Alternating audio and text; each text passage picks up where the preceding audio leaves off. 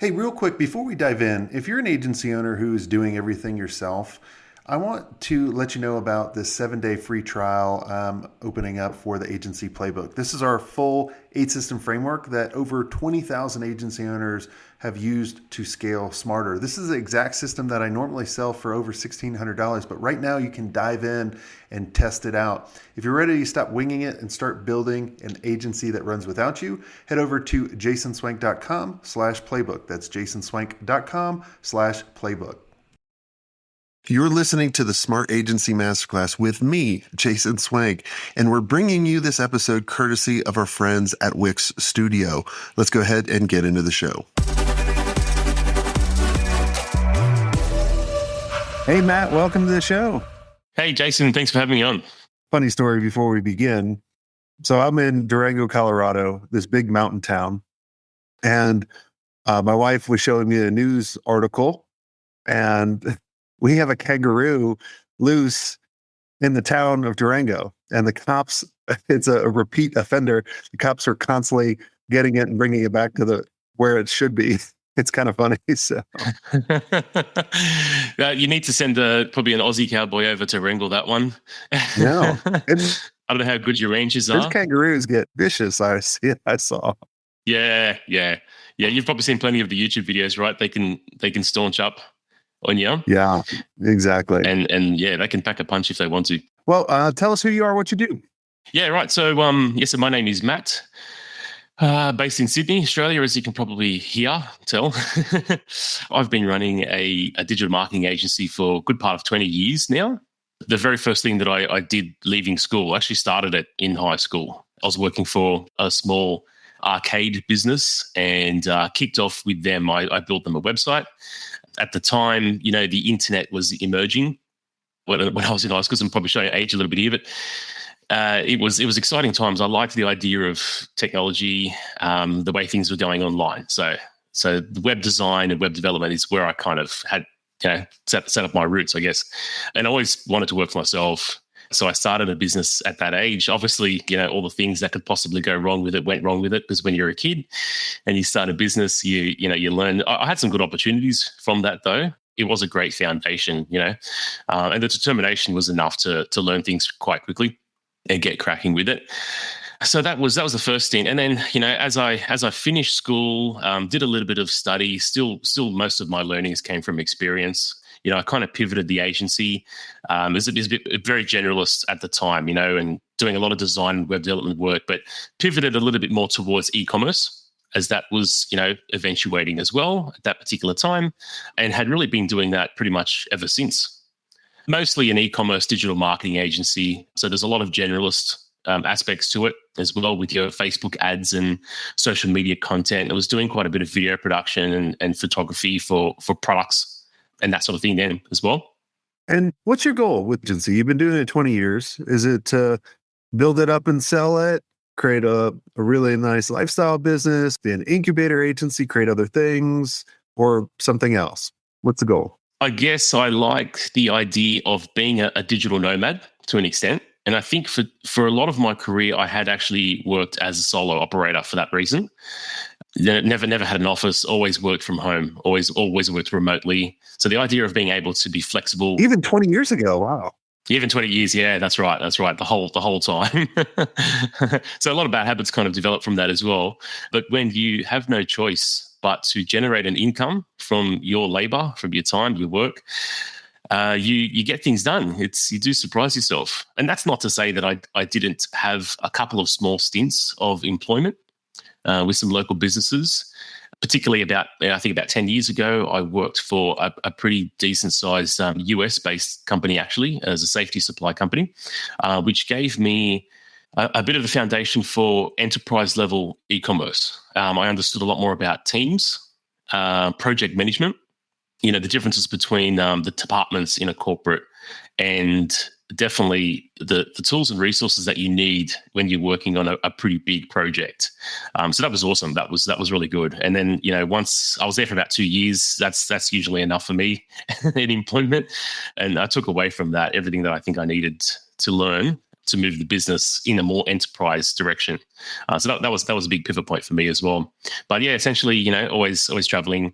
I've never really looked at the idea of selling the agency. I've always known that there's challenges that come with that. I'd probably never get what I want for it or what I think it's worth. It's always better for me to just be an income source and something that I enjoy doing. Okay. I want to talk to you too about, you bought an agency. Yep. While you have this agency, why? And what were you looking for? Okay. Yeah, so it's a very good question.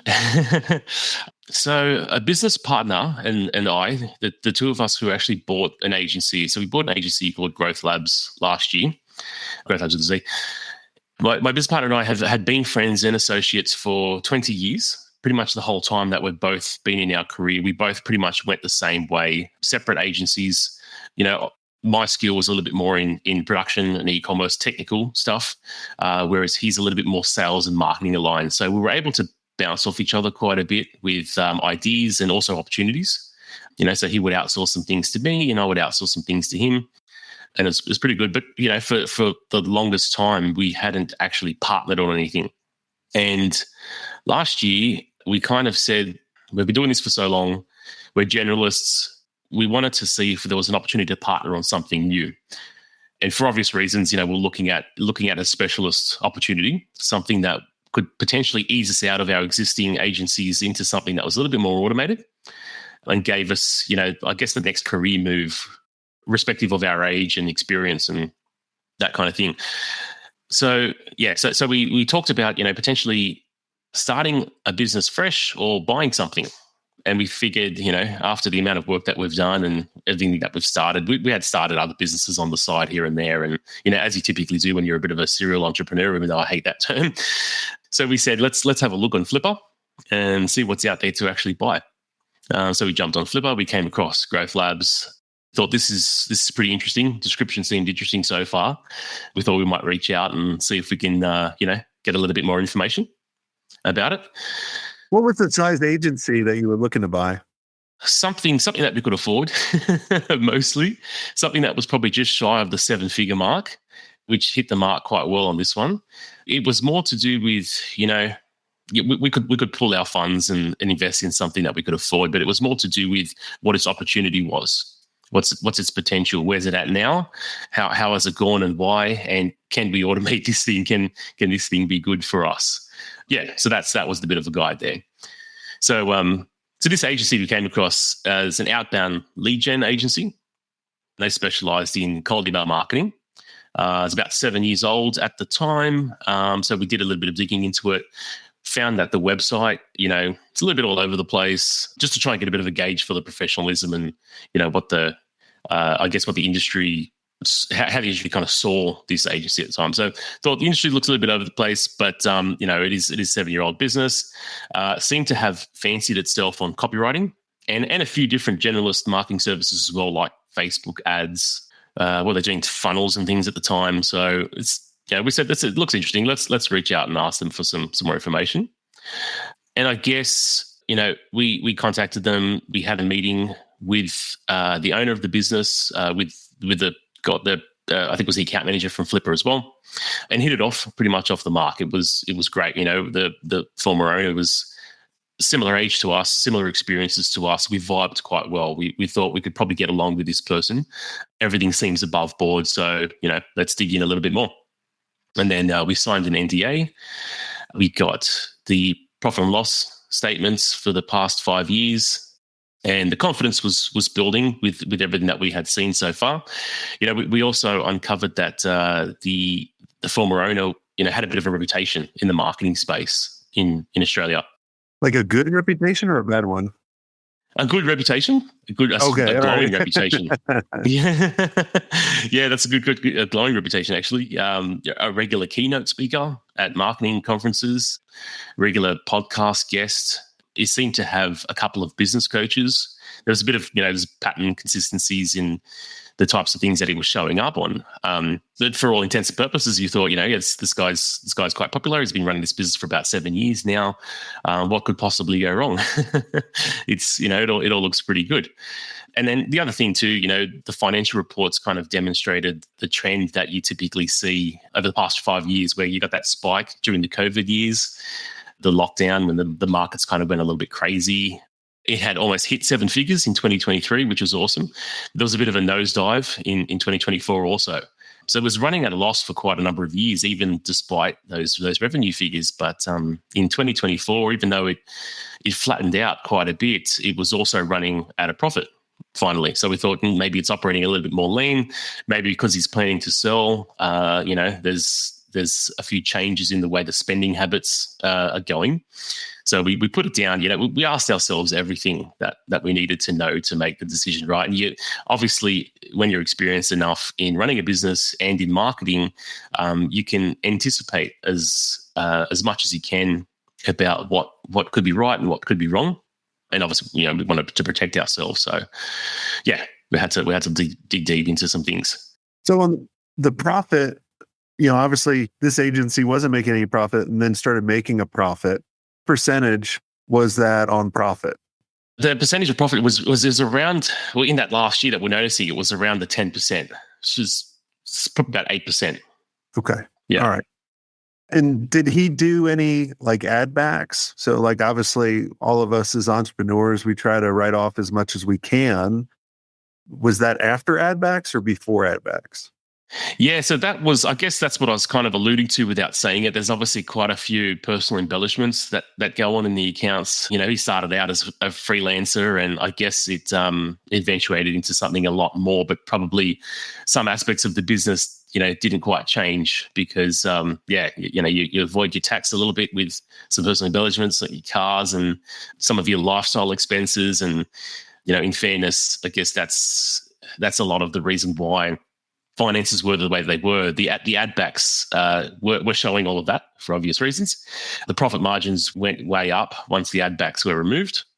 The ad backs were add back. And then we started to see a much clearer picture of the financial position of the business.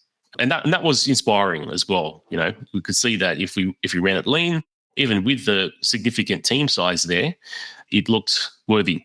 So were you just looking at the P&L, or were you guys looking at reoccurring? Were you looking at churn? What else were you guys looking at? So we knew that we obviously needed to see more. P&Ls weren't going to tell us everything. And at the time, we were talking quite a bit about pipeline. We were trying to get a gauge of how the business was actually performing more in very recent times. So that 2024, that at the time we were talking, it was sort of July. So we needed to know how the whole year had already panned out and what the rest of the year was looking like. And because of the fact that obviously he was quite protective of client names, but there was also this allusion to, a big marketplace who apparently had signed an agreement, which turned out to be Airtasker, but they hadn't actually signed an agreement. And also some other clients, we said, let's sign an NDA and let's get a look into these names. So he was happy to give us an NDA, gave us access to Xero. We had a look into that to get a bit of a gauge of who the names were. Not a lot in there, which gave us indication of reputable businesses. But we did quickly learn that a lot of the client base had come from the owner's reputation and his activities in the space. So it's quite obvious that a lot of the work that he was doing with podcasts and keynote speaking, that was lead gen for the business. Not surprising. It is obviously quite effective, but not too much aside from the business's actual lead gen activities in cold email was centered around, or any other channels for that matter, for lead gen for the business itself, aside from his own.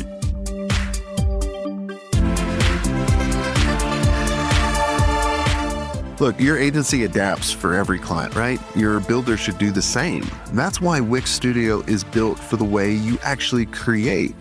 AI-powered site mapping lets you get straight down to the design. Whether you shape things in Figma or start in Studio, your vision's coming to life quicker with no-code animations and built-in responsiveness.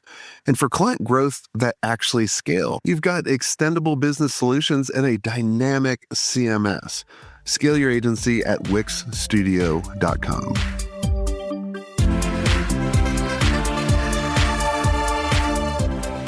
So when did you guys get to like of intent? Letter of intent. So we were actually quite quick. Obviously, we were excited, ambitious, hungry for the idea of it. So was he. And we figured, okay, he's selling. So it's no doubt, we just assume that anyone who's selling an agency is pretty keen to get out. That's always seems to be the way that it goes. So we moved. So you didn't want him to stick around? Oh, actually, no, we did. That was a big part of the agreement. We ended up putting in an offer, and I think it was a sort of a 1.3 multiple, if I remember right. We put in offers probably about 2 to 3 weeks after we started talking. So it was quite quick. We did our due diligence quite quick, a little bit too quickly. 1.3 on top line or EBITDA? The EBITDA. Good. Yeah. Because that was the big thing. That's right. So it was 1.3 on where we knew it was really at. And we thought this is a fair offer. And, it turns out that after some very small negotiations, they were quite content with it, quite happy to move forward. Yeah. So we started that part there. What would you have done different looking back? So the due diligence, I guess you'd probably have to understand a lot more about how it panned out before we could get to that, if you like, because it's a pretty long story from that point onwards. So I guess we knew that, considering this guy's reputation was quite up there in the industry, and so much of the client base was dependent on his presence. Not to mention, you don't want to take risks with the acquisition and move out too quickly, right? So we said, look, we're gonna structure this as an earn-out, and we've got a fair bit of that knowledge, I guess, from your podcast, from this show. We had a look into what's the ideas around how to buy an agency, what's the best way to structure it. So we said, let's spread this out over 3 years. In the first year, we would pay 50%. Second year, if it meets certain targets, it would be a further 25%. And in the last year, 25% again, provided it meets these certain targets. And we wanted him to stick around for 12 months. We needed him to transition his knowledge, obviously the handover, but also potentially introduce us to some of his network and get that transition phased in, not to spook the clients, and just move on. Much 38. He was all for it. Said, "Yep, I'm more than happy to do so." I'm quite keen on the success of the business still. If it wasn't going to sell, I would have stuck around and just pivoted to what I wanted to do and that sort of thing. So that's good, because we're going to need you to do quite a bit, and obviously we wanted to learn how he was doing things. We figured that was probably a comfortable sort of time frame to make that change. It was going to be 6 months full time, 6 months part time, but with the expectation contractually that he'd do exactly what he was doing before we bought it. So we could kind of observe for a period of time and take over from there. And then I guess what happened was, he was in, at the time that we signed the deal and got going, he was on holiday with the family. So we said, look, give us access to everything, all the assets, and we will do some studies. We'll do some background work while you're away. We won't officially kick off until, I think it was the 1st of September, enough time after he had come back before we could get into a rhythm. And obviously there was, there's a bit of overlap, I guess, with clients and work and some financial things. We just wanted to make it nice and clean. So let's start from this point here.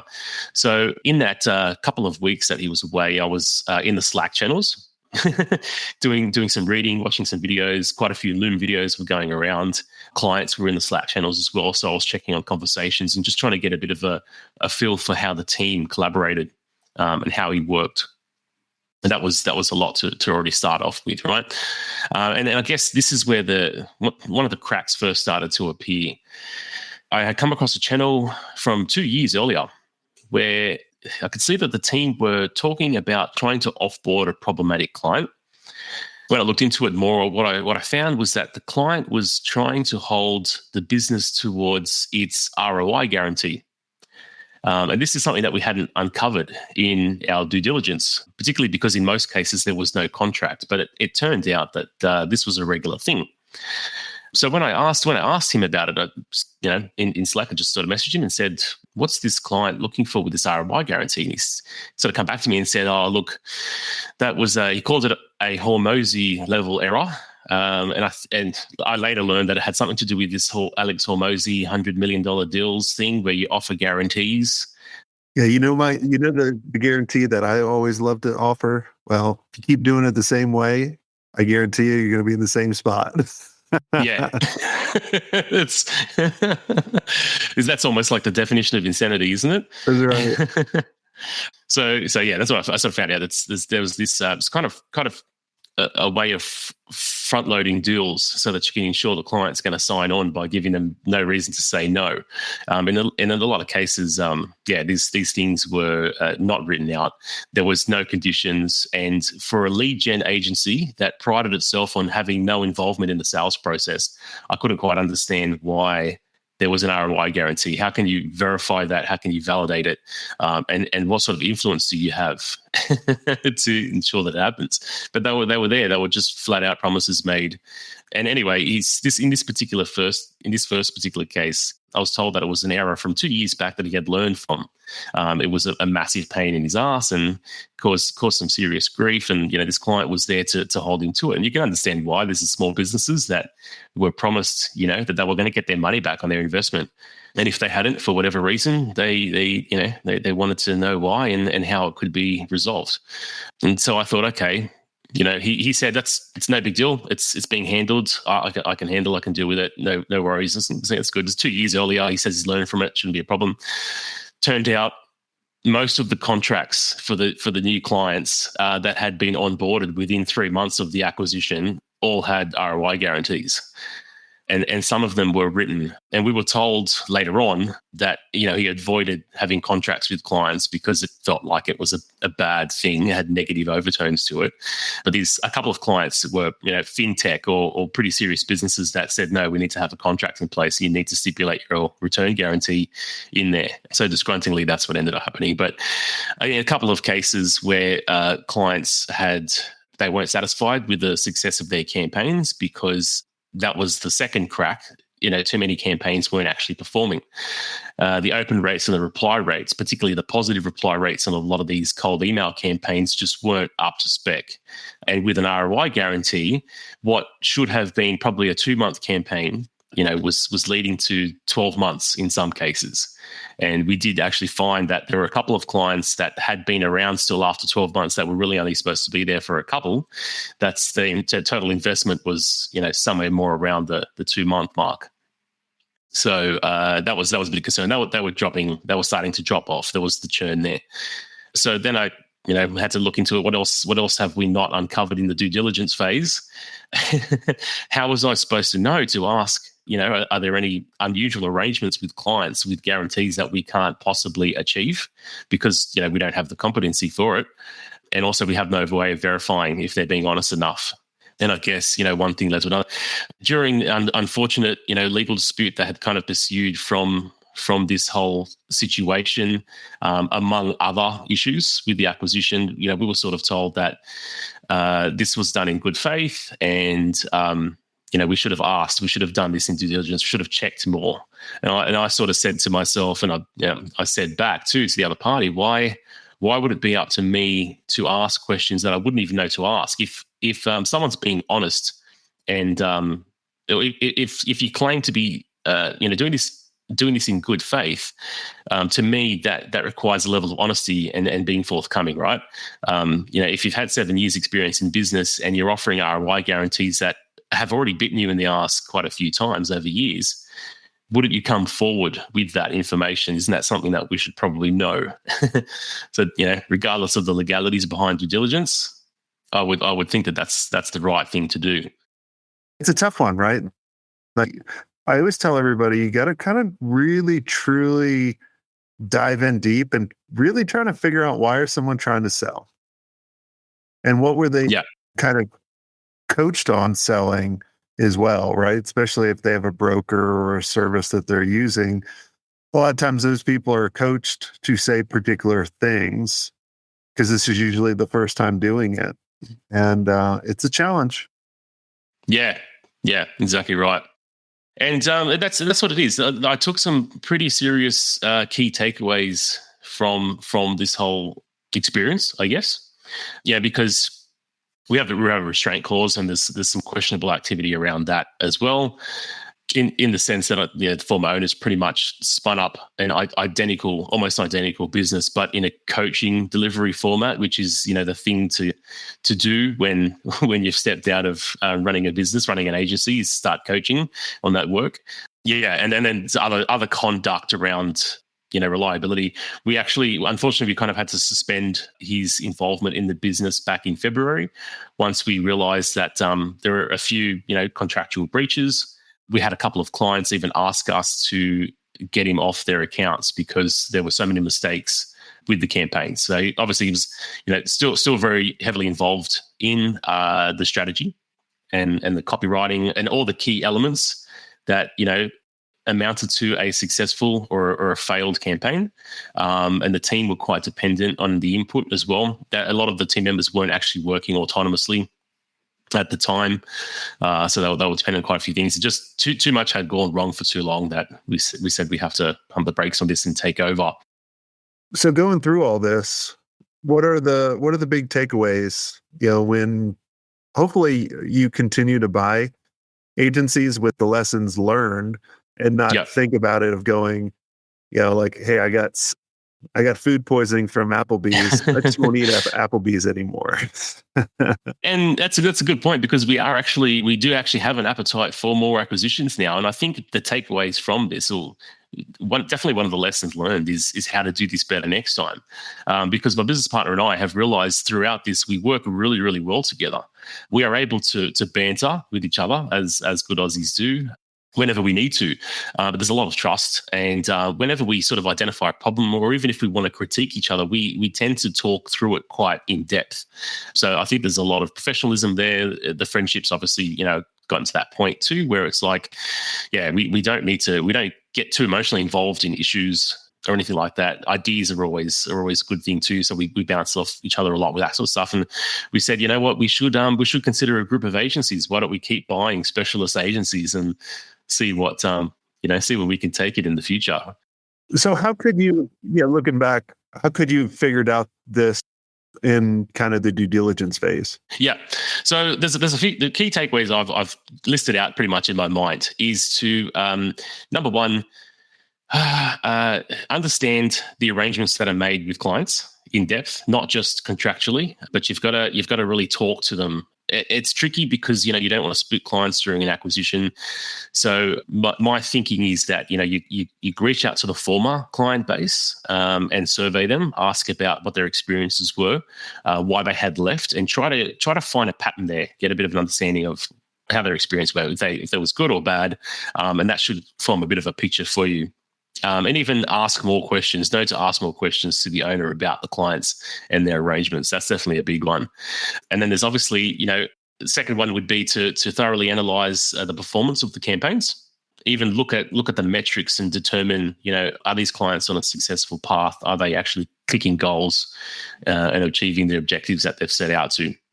Because as you know, a lot of marketing agencies tend to have, negative sort of reputation with a lot of businesses. A lot of businesses have been burned by marketing agencies in the past, and they tend to come to a new agency already disgruntled and already reluctant. So you kind of have to deal with that and build a rapport again from somebody else's negligence. So that's a big thing. So another great thing we discovered that we can do with the help of the rise in AI and LLMs is if you got to hope that the head of operations has got a client list, a former client list with dates that they started, dates that they left, their attribution channels, and that sort of thing. You can run it straight through ChatGPT and ask it to visualize the data and create some graphs on the churn rate, the new client rate, where they're mostly coming from. Because what we found was that this business, even in the 2 years leading up to the acquisition, had almost a perfect pattern of churn. It would pretty much lose 3 clients every month and gain 3 clients every month. So it's making the MRR look quite consistent. And that was one of the things that I think that we kind of slipped up on when we were assessing the financial reports. It can look like it's always good, but that's not retention rate. You can make the numbers look, however, especially with ad back. We'll link up in the show. You guys check out the episode we did with Chris Dwyer with Rankings. He's a $30 million agency, and he bought one of our members. He was a member too. and he did ChatGPT. Like, from what questions should I ask? Just the financials. What should I look at? Like, just everything you're talking about here. Like, think about it. Like, there's so much data with all these things. Hard for us is to kind of see the patterns, or as dumb as That's I right. am, to see that pattern. But using AI and these models, they can see models or see patterns that we wouldn't be able to see before. So Yeah, exactly right. I wish I had done that before signing the deal. That's for sure. Because in hindsight, you do realize that due diligence probably should take a couple of months, maybe. I mean, obviously, it's variable, right, depending on the size of the business. But definitely, the amount of time that we spent on it wasn't enough. Yeah, and I wish I even went to ChatGPT and sort of asked it to spin up some ideas on what I should be looking for. I'm sure it would have been much more thorough than what we anticipated, right? But definitely, knowing that if you're going to have a problem with the owner, if something's going to fall apart and their tenure suddenly ends much earlier than it was supposed to, I guess keeping in mind that that 80% or 90% of new client attribution to their personal brand and their activities is going straight out the door with them as well. So, 80 to 90% of your monthly recurring revenue is going along with them. So that's something to prepare for as well, I guess, if you can. And then the last big thing for me was not just asking why they're selling, but asking why it was started in the first place. Why was the business started? It's because that's very telling. It gives you a gauge of how it was managed, how it was run throughout its whole time with that particular founder on board. And if it was there to genuinely solve a gap in the market, or if it was just an opportunity for the owner to capitalize on personal brand and make bank, fly business class on holidays, it's two completely different ways that you would run the business. And that's just two examples, So that's what I've learned pretty much from this experience. Well, I appreciate you sharing this with, all of us. That's how we all learn. You learn from being on the bottom of the mountain, not on the top. Yeah, exactly right. And you just gotta, like with the agency that we were gobbling up agencies, I learned so much from that of what not to do. Because once you start putting things down the tracks and going, you got to be like, all right, what makes sense? And this stuff is just common sense when you look back and be like, because we bought some companies like we shouldn't have either.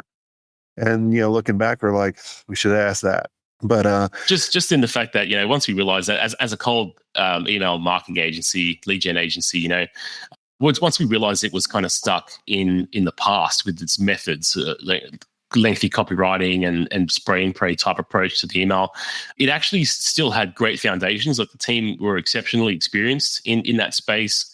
The foundations were there for the email infrastructure to make the upgrades to, and basically to steer it more towards an AI personalized, scalable, lead gen agency. So that was really cool to know. And considering my techie background, my interest in the tech side of things and the way things work, that inspired me more to realize that, we need to move this thing forward. And there's much more opportunity than we originally anticipated when we actually decided to buy this thing. So cool. Well, there's always lessons and always silver linings to everything we do. And I just want to thank you for coming on and sharing it with the rest of us. And if you guys enjoyed this episode, make sure you subscribe. We have a lot of amazing guests, just like Matt, coming on, talking about things we've known before. So make sure you subscribe. And until next time, have a swank day.